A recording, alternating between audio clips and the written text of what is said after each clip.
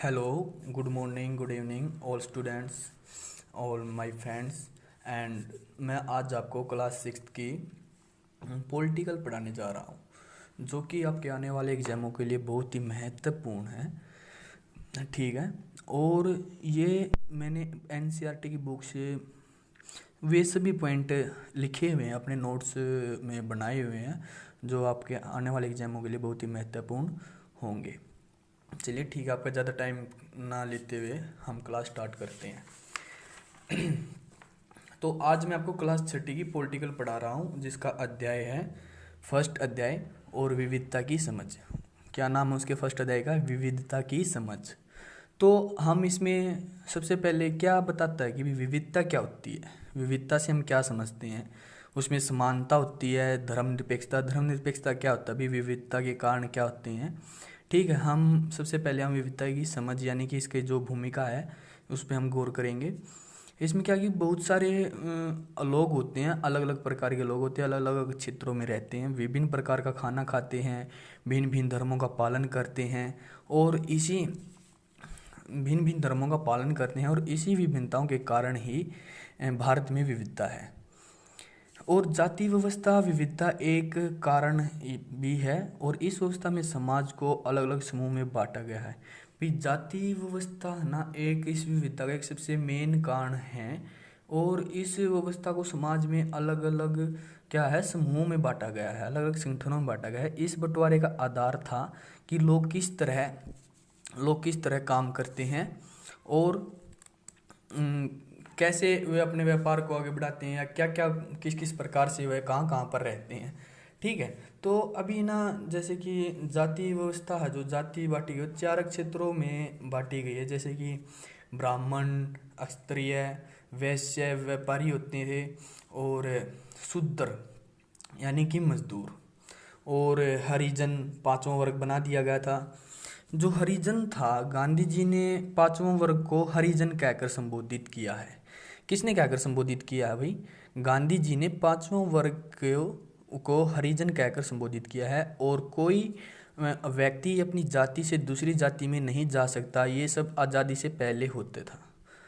ठीक है, यानी कि कोई भी व्यक्ति अपनी जाति दूसरी जाति में नहीं जा सकता, ये सब आज़ादी से पहले होता था। और इसी कारण भारत में सरकार ने इनके लिए संविधान में बदलाव किया गया और इनको समानता का अधिकार दिया गया। समानता का अधिकार दिया गया क्योंकि इनके साथ भाई पहले बड़े भेदभाव होते थे। कुछ लोगों को जैसे कि जो हरिजन जो कह के पांचवा वर्ग बना हुआ था, जो गांधी जी ने कहकर संबोधित किया है हरिजन कहकर, तो इस वर्ग को क्या था कि भी लोग ना मंदिरों में नहीं जाने दिया करते थे और इनको कुओं से पानी लाने के लिए भी मना कर रखा था। तो इससे क्या था कि भी लोगों के समानता का कोई उनको अधिकार ही नहीं था भाई, उनकी आत्मसम्मान को बड़ी भावना को ठेस पहुंचती थी। तो इसीलिए सरकार ने इनके लिए संविधान में बदलाव किया और समानता का अधिकार लेके आए। इस समानता के अधिकार में सभी के लिए एक समान अधिकार बनाया गया। ठीक है, लेकिन गहराई में सोचे तो वास्तव में हम एक तरह की चीज़ें करते हैं, केवल हमारे करने का तरीका अलग होता है, समझ में। लेकिन गहराई से अगर हम सोचें ना, वास्तव में हमारा जो तरीके होते हैं, तरीके की चीज़ें करते हैं, केवल हमारा तरीका ही अलग होता है। और ये बदलाव हुए क्यों भाई? क्या है कि ये बदलाव हुए क्यों? आज से करीबन 200 वर्ष पहले जब रेल हवाई जहाज हमारे जीवन का हिस्सा नहीं थी, तब लोग संसार के एक भाग से दूसरे भाग में यात्रा करते थे। एक भाग से दूसरे भाग में यात्रा करते थे। कुछ लोग व्यापार के लिए एक स्थान से दूसरे स्थान पर जाते थे, खेती और बसने के लिए नई जमीन की तलाश में लोग जाते थे। सूखे अकाल के कारण पड़ जाने, अगर कहीं पे सूखा अकाल पड़ जाता है तो लोग वहाँ से एक स्थान से दूसरे स्थान पर जाते थे। काम की तलाश में भी लोग बाहर जाते थे और युद्ध के लिए प्राचीन समय में युद्ध अधिक लड़े जाते थे, तो वहाँ पे उससे भी हम स्थान चेंज करते थे। ठीक है, जब भी लोग यात्रा करते थे ना तो उनका रहन सहन में बदलाव आता था, क्योंकि जब एक व्यक्ति एक स्थान से दूसरे स्थान पर जाता है भी, वहाँ का व्यवहार, वातावरण, बोलचाल, ठीक है, उन सभी में भी बदलाव आना तो तय ही था। तो कुछ चीज़ें वे नई नई जगह की अपना लेते थे। तो कुछ चीज़ें जैसे कि बोलना, खाना पीना, तो कुछ चीज़ें ना वो वहाँ की अपना लेते थे और कुछ चीज़ों में वे अपने पुराने ड्रे पर यानी डेर पर अपने काम करते थे, जो उन्होंने पुराने उनके रीति रिवाज थे यानी कि वो उन पर काम करते थे। इस तरह उनकी भाषा, भोजन, संगीत, धर्म आदि में नए पुराने का मिश्रण रहता है। और उनकी संस्कृति, नई जगह संस्कृति में आदान प्रदान और धीरे धीरे एक मिश्रित पानी यानी कि मिली मिली जुली संस्कृति उभरती है। देखो इसमें यहाँ पे क्या बताया है कि ये बदलाव हुए क्यों। क्योंकि आज से करीबन 200 वर्ष पहले ना, जब लोगों के पास यानी कि रेलगाड़ी, हवाई जहाज वगैरह नहीं होते थे, तो वे लोग है ना एक स्थान से दूसरे स्थान पर क्या करते थे, काम की तलाश में जाते थे। भाई मैंने आपको यहाँ पे बताया कि जैसे कि व्यापार के लिए भी लोग जाते थे, ठीक है भाई। कुछ लोग थे व्यापार करने के लिए एक स्थान से दूसरे स्थान पर जाते थे, और कुछ लोग सूखे और अकाल के कारण भी जाते थे, कुछ लोग काम की तलाश में। इससे क्या था कि उन लोगों की संस्कृति में बदलाव आए, उनके रहने सहने में, भोजन का खान पीन में बहुत सारे बदलाव आए। यही था उनका मेन कारण, यानी कि उनके बदलाव के मेन कारण क्या था, यही था जो मैंने भी आपको बताया। ठीक है, नेक्स्ट, भारत में विभिन्न भाषाओं के कारण भी विविधता बनती है। क्या बताएं यहाँ पे, भारत में देखो कितनी प्रकार के भाषा बोलने वाले लोग रहते हैं, तो वही बता रहा है कि भारत में विभिन्न भाषाओं के कारण भी विविधता बनती है। अलग अलग तरह के भौगोलिक स्थितियों में विविधता उत्पन्न होती है। उदाहरण के लिए जैसे कि यहाँ पे लिखा हुआ है, मैंने एनसीईआरटी बुक से जो भी मैंने यहाँ पे पॉइंट लिखे हुए ना, एनसीईआरटी बुक से लिखे हुए। ये मत सोचना कि मैंने अपने आप पास से बना रखे हैं भाई, ये मैं ज़्यादातर ना मैंने वे पॉइंट लिख रखे हैं जो कि आने वाले एग्ज़ाम के लिए बहुत ही महत्वपूर्ण होते हैं। ठीक है, यूपीएससी के लिए भी, एसएससी के लिए भी, अगर कोई पर्सन यूपीएससी की तैयारी करे तो दी बेस्ट है, क्योंकि मैंने नोट्स यूपीएससी के लिए ही बनाए हुए हैं। ठीक है, अभी सीधी सी बात है, बड़े एग्जाम की तैयारी हो रही है, हर चीज़ को खोलकर बताया गया है यहाँ पर, और फिर इसमें भी हर चीज़ को खोल के बताया गया। तो सीधी सी बात है भाई, अगर कोई पर्सन एसएससी, सीजीएल और आरआरबी, एनटीपीसी वगैरह जिस चीज़ की भी तैयारी करे तो उसके लिए तो महत्वपूर्ण होंगी। ठीक है, तो यहाँ पे बताया गया था कि भारत में भी विभिन्न भाषाओं के कारण विविधता बनती है। अलग अलग तरह की भौगोलिक स्थितियों से भी विविधता उत्पन्न होती है। उदाहरण के लिए जैसे समुद्र के पास में रहने वाले लोग और पहाड़ी इलाकों में रहने में बड़ा फ़र्क होता है। भाई सीधी सी बात है, न केवल वहाँ के लोग कपड़ों और खान पान आदतों में फ़र्क होगा, बल्कि जिस तरह का वे काम करेंगे उनके काम भी अलग होंगे। देखो यहाँ पे बताया, जो लोग समुद्र के पास रह रहे होंगे भाई, उनका रहने खाने में तो बदलाव होगा ही। कुछ लोग जैसे समुद्र के पास रहे, उनका खाना भोजन किस प्रकार का होगा भाई, कुछ लोग शाकाहारी भी होंगे, कुछ लोग मांसाहारी भी होंगे, जैसे कि मछलियाँ भी भोजन के रूप में वो खाते होंगे।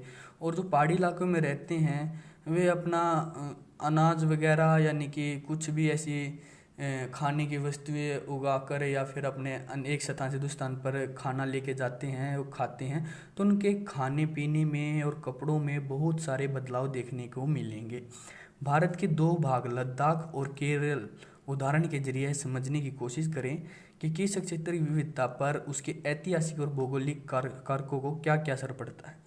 भाई लद्दाख में और केरल के वहाँ के लोगों में तो बहुत बड़ी विभिन्नताएं तो होंगी भाई। केरल के लोग जो कि वहाँ भाषा का बोलचाल में भी उत्पन्न हो, भाषाई बोलचाल भी अलग मिलेगी, और वहाँ के रहने खाने में भी बहुत आपको डिफरेंस दिखाई देगा। ठीक है, फिर यहाँ पे कश्मीर की पश्मीना शालें बहुत प्रसिद्ध, तो यहाँ के कश्मीर की पश्मीना शालें बहुत प्रसिद्ध हैं। केरल में एक तरफ समुद्र से दूसरी तरफ पहाड़ियों से घिरा हुआ है।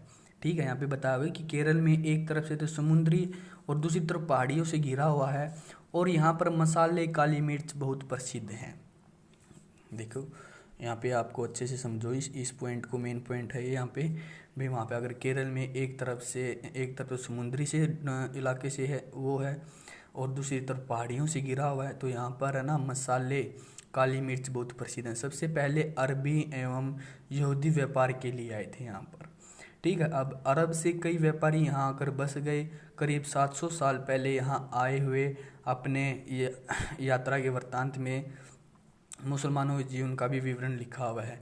जैसे कि वास्को डी गामा ना, सबसे पहले भी यहाँ पे क्या था, वास्को डी गामा तो यहाँ पे बताया गया कि वास्को डी गामा है जो पानी के जहाज से यहाँ पर पहुँचे थे, और पुर्तगालियों ने यूरोप से भारत तक का समुद्री रास्ता जाना। केरल विभिन्न धर्मों का पालन करते थे। केरल में क्या था कि विभिन्न धर्मों का पालन करने वाले लोग रहते थे। यहूदी लोग थे जो इस्लाम, ईसाई, हिंदू एवं बौद्ध धर्म शामिल हैं। चीन के व्यापारी भी यहाँ पर क्या आए थे, भारत में व्यापार करने के लिए आए थे, और यहाँ पर मछली पकड़ने के जाल इस्तेमाल किए जाते थे और वे चीनी जालों से हूबहू मिलते थे। देखो सबसे बड़ी मेन चीज़ क्या बताई गई अभी यहाँ पे भी, यहाँ पे सबसे पहले ना जो मतलब कि मछली पकड़ने का जो क्या था, मतलब लोग जाल बिछाते थे, वो चीन के व्यापारी जब भारत में आए थे ना, वहाँ पे मछली पकड़ने के जाल को इस्तेमाल किए गए थे। वे जाल चीनी जालों से हूबहू मिलते थे। तो इसका मतलब है कि ये जो वहाँ पे जाल बिछाने की होती कि वो चीनी लोगों से ही ली गई थी। यानी दोनों क्षेत्रों में अलग अलग प्रकार के भौतिक भौगोलिक स्थितियाँ एक दूसरे से बिल्कुल अलग हैं। हम यह भी देखते हैं कि दोनों क्षेत्र के इतिहास में एक ही प्रकार की सांस्कृतिक प्रभाव हैं। ठीक है, दोनों क्षेत्रों को चीन और अरब से आने वाले व्यापारियों ने प्रभावित किया है। इससे पता चलता है कि किसी भी क्षेत्र के सांस्कृतिक जीवन का और उसके इतिहास और भूगोल से गहरा संबंध मिलता है। भारत की विविधता यहाँ अनेकता और उसकी ताकत का भी स्रोत माना गया है। जब अंग्रेज़ों का भारत पर राज था तो विभिन्न धर्मों और भाषाओं की महिलाएं और पुरुषों ने अंग्रेज़ों के खिलाफ मिलकर लड़ाई लड़ी थी। देखो जब अंग्रेज़ भारत पर आए थे ना, तो यहाँ पर क्या था कि विभिन्न धर्मों के भाषा और भाषा के लोग रहते थे, विभिन्न प्रकार की महिलाएं थी, पुरुषों ने अंग्रेज़ों के खिलाफ मिलकर उनके खिलाफ क्या की थी, लड़ाई लड़ी थी। भारत ने स्वतंत्रता संग्राम में अलग अलग परिवेशों के लोग शामिल थे। उन्होंने एकजुट होकर आंदोलन किया और वे जेल भी गए और अंग्रेज़ों को अलग अलग तरीक़ों से विरोध किया। भारत के लोगों ने स्वतंत्रता प्राप्ति पाने के लिए, यानी स्वतंत्रता प्राप्त करने के लिए उन्हें अनेक प्रकार के आंदोलन चलाए। उन्होंने अनेक प्रकार के आंदोलन चलाए और वे जेल भी गए और अलग अलग तरीक़ों से क्या किया, उनका विरोध किया। अंग्रेज़ों ने क्या था कि भी अंग्रेज़ों ने सोचा कि वे भारत के लोगों में फूट डाल सकते हैं, क्योंकि उनकी काफ़ी विविधताएं थी और इस तरह उनका राज चलता रहा। देखो यहाँ पे जो चीज़ मेन मैं खोल के बताता हूँ आपको। अंग्रेज़ क्या थे कि भारत में एक व्यापार के तौर पर आए थे, कि व्यापार करने के लिए आए थे लोग यहाँ पे, अंग्रेज़ थे। ठीक है, सबसे पहले वो यहाँ पे आए और उन्होंने क्या किया कि भी राजा लोगों के पास आए, वो मुझे नाम याद नहीं आ रहा, मैं आपको नाम बता देता। ठीक है, अंग्रेज भारत में आए और उन्होंने सबसे पहले क्या चीज़ देखी कि भी लोगों में यहाँ पे क्या कि बनती नहीं उनके लोगों एक दूसरे की, कि भी विभिन्न प्रकार के धर्म के लोग रहते थे। उन्होंने क्या सोचा कि इन लोगों के बीच में क्या है कि फूट डालो और राज करो। ठीक है, धीरे धीरे वे अब पूरे क्षेत्र में, यानी कि पूरे इंडिया के अंदर उन्होंने अपना राज्य स्थापित कर लिया था, अपना राज स्थापित किया। लेकिन लोगों ने दिखा दिया था कि वे एक दूसरे से चाहे कितने भी भिन्न क्यों न हो, अंग्रेजों के खिलाफ लड़ाई लड़ी और जाने के बाद सब एक साथ थे। समझा यहाँ पे? ठीक है, ये बात आपको बता देगी, मतलब इसको इम्पोर्टेंट है। लेकिन जो मैं नेक्स्ट जो चैप्टर कराऊंगा ना, वहाँ से आपके और भी अच्छे से मेन पॉइंट निकल के आएंगे। ये थोड़ा आपको बताया जा रहा है इसके बारे में। भारत में जब संविधान बना उसमें कुछ प्रावधान दिए गए थे। 1950 में कब दिए गए थे भारत में, जब संविधान बना 1950 में कुछ प्रावधान दिए गए थे, जैसे समानता का प्रावधान, वे सभी लोगों के साथ समान व्यवहार किया जाएगा। ठीक है, मतभेद नहीं किया जाएगा, धर्मनिरपेक्षता का, भारत के राज्य का कोई भी धर्म नहीं होगा, राज्य कोई धर्म नहीं होगा, सभी को अपने धर्म में जीने की पूरी समानता दी जाएगी। भारत में धर्मनिरपेक्षता में अलग अलग धर्म के लोग रहते हैं, आप किसी भी धर्म को अपना सकते हैं। भारत की विविधता को मजबूत करने के लिए सभी समान अधिकार दिए गए हैं। भारत की खोज जवाहरलाल नेहरू ने भी अपनी किताब में लिखा है कि भारतीय एकता कोई बाहर से थोपी हुई चीज़ नहीं है, क्योंकि यह बहुत गहरी है, जिसके अंदर अलग अलग तरह के विश्वास और प्रथाओं को स्वीकार करने की भावना है। अनेकता में एकता, यह विचार पंडित जवाहरलाल नेहरू जी ने वर्णन करते हुए हमें दिया है। ठीक है, इस तरह से आपका ना जो विविधता की समझ है वो आपका चैप्टर कंप्लीट होता है। एनसीईआरटी क्लास 6 एनसीईआरटी का पॉलिटिकल का आपका फर्स्ट चैप्टर कंप्लीट होता है। तो जो मैंने आपको यहाँ पे पॉइंट बताए हैं उनको अच्छे से आप रीड आउट कर लेना, और ये आपके बहुत ही महत्वपूर्ण होंगे। हाँ, अगर आपने ये यहाँ से पढ़ लिया ना तो मुझे नहीं लगता कि कहीं आपको एनसीईआरटी भी बुक पढ़ने की ज़रूरत होगी। ठीक है, ये पॉइंट मैंने बहुत मेन लिखे हुए हैं भाई यहाँ पे। ठीक है, ओके, मिलते हैं फिर नेक्स्ट वीडियो में। नेक्स्ट चैप्टर में हम आपको इससे भी अच्छा और ज़्यादा तरीके से, यानी कि अच्छे तरीके से आपको वीडियो देंगे बना के। और ठीक है, ओके।